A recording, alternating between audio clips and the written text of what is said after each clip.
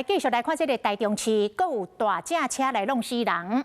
早起7点外，台中太平有一台私立学校的校车，车顶载10外学生准备要去学校，结果伫半路追弄到头前一台电动车，骑电动车的是一个74岁太太，当场死亡。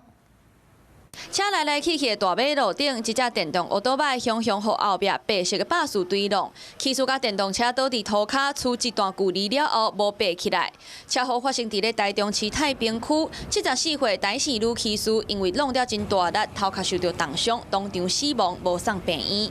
家属接到消息，随赶到现场，想未到载保才出门上班，过无偌久，就听到老母发生意外。我也不清楚，我在上班，他们就通知我说我妈妈出车，我就赶快来了。所以你也不知道他是要去哪里。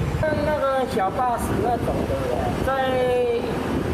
在海贤爱睡台巴士这些。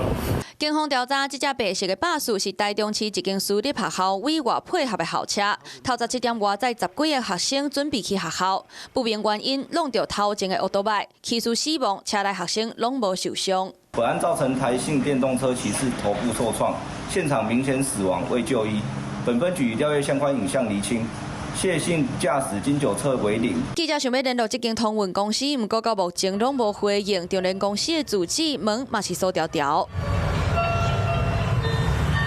警方伫事故的现场进行酒测，肇事的驾驶无食烧酒，是因为精神歹，也是有其他肇事的原因，造成无辜的骑士身亡。警方还要继续查明。